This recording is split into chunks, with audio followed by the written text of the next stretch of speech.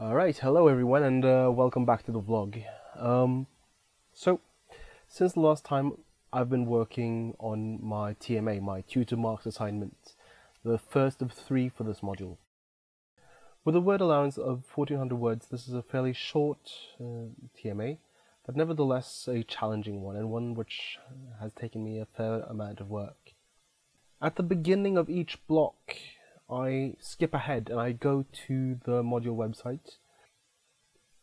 From there I go to the TMA overview and I download and start to unpack the TMA. And part of this is just as simple as putting headers into my Word template.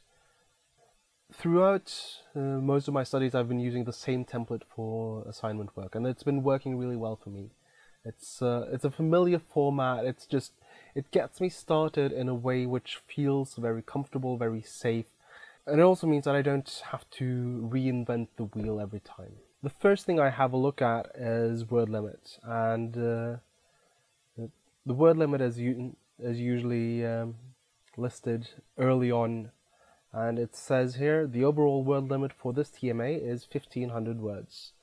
So that's a fairly short one. I've had TMAs that have been as long as 4,500 words, so 3 times as long. 1500 words, that's about 4 pages. And then I have a look at the parts. And this one is in 2 parts. Each part asks you to address 3 questions. So once I know that, I just plop all of that in. Just grab the headers straight from the assignment paper and dump them straight into the document. That makes it easy for my tutor to see what part am I answering. It also means that I have a decent idea of what work to do where, which I've found useful. After doing that, and as I said, I do that at the beginning of each block, just to get me, it gives me a head start. Once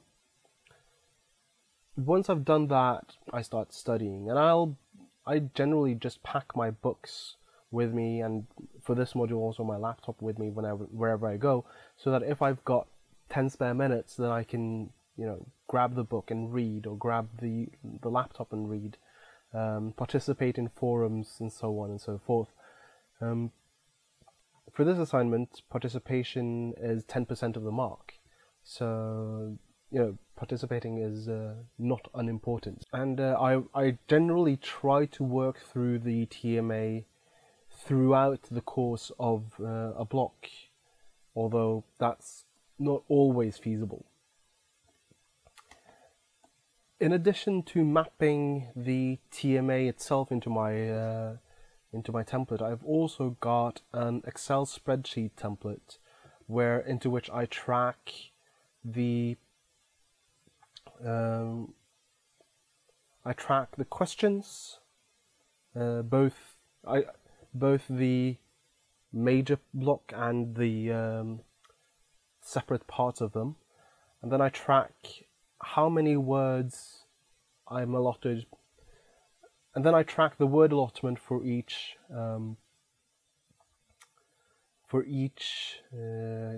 question, as well as how many points each question is worth.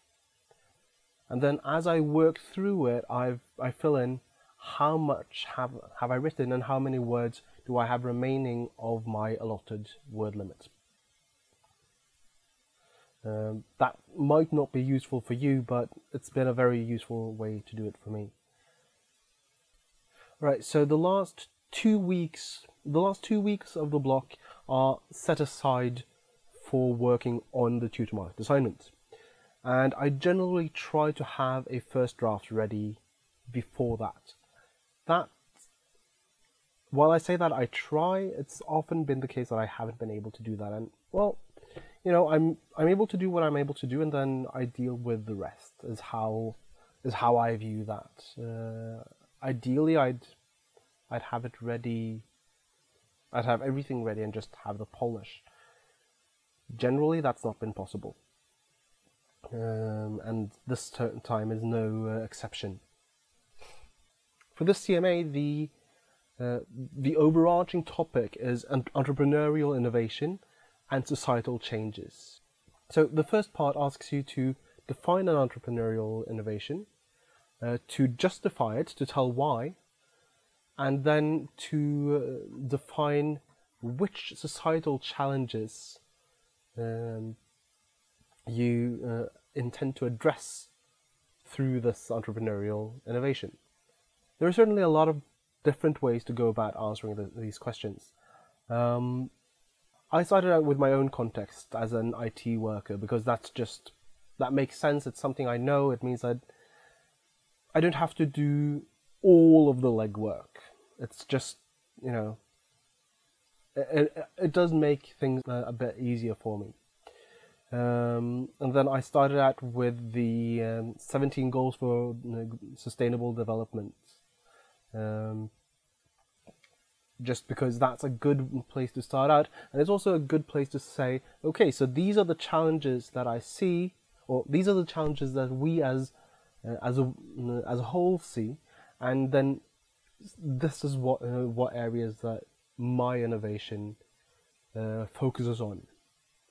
And then the second part asks you to apply a theoretical or conceptual framework to your proposed innovation, and how your proposed innovation goes together with the theoretical framework in order to address the societal challenges. And again, I've focused a lot on the 17 goals, and I've also focused a fair bit on organizational culture, because I happen to believe that organizational culture is hugely important. Organizational culture has been described as the organization's immune system, and I really think that that's a good way of describing it. It keeps everyone marching to the same tune.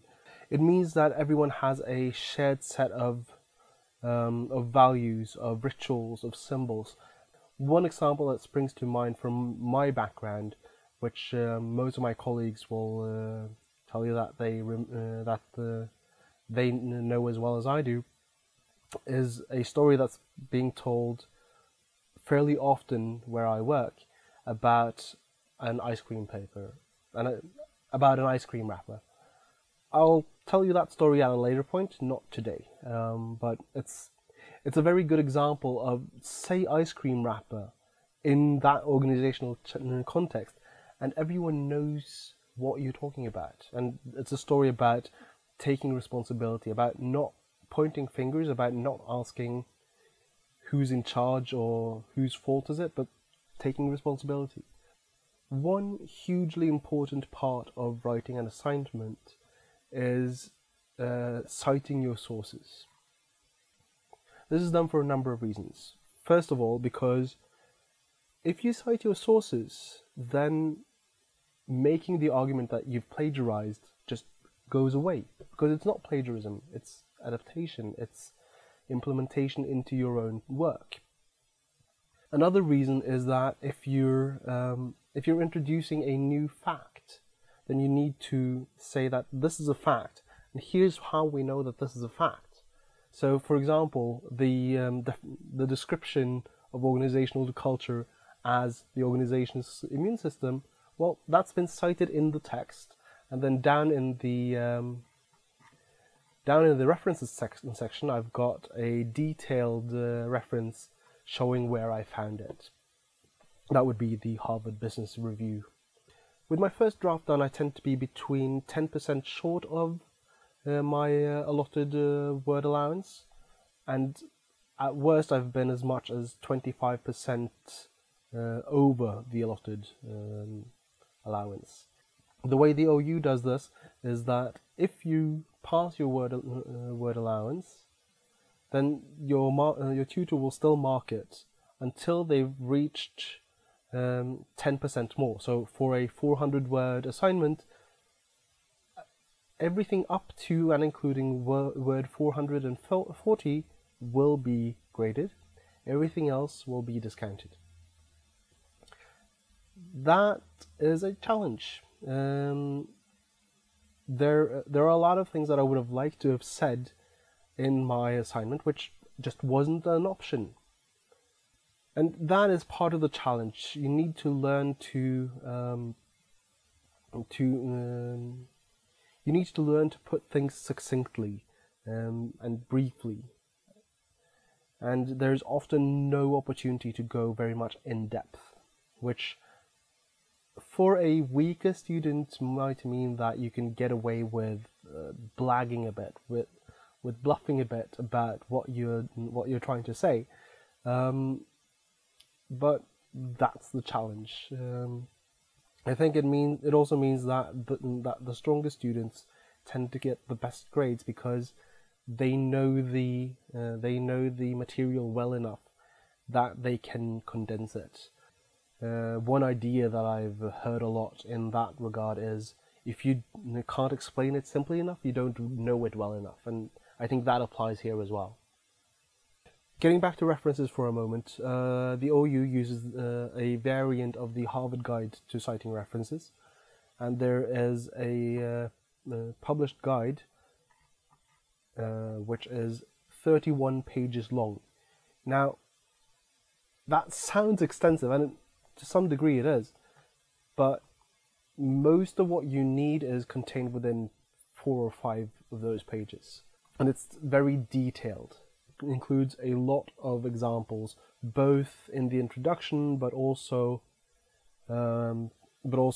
throughout. As soon as the first draft is done, all that's left is really editing.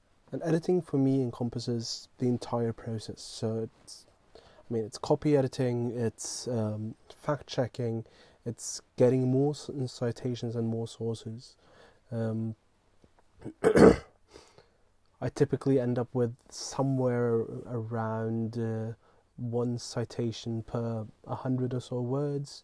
Sometimes it's a lot more than that, sometimes it's a bit less, rarely much less than that though. And then it's just, polishing it as much as possible until submission date, and just doing the best job I can, ensuring that I deliver the best product in the time allotted. That brings us to the end of this vlog, the longest vlog I think so far. I hope you've enjoyed it. If you've got any questions, any comments, well, by now you really should know where to put them. Please do like, share, subscribe and all those good things, and as usual I hope to see you next time.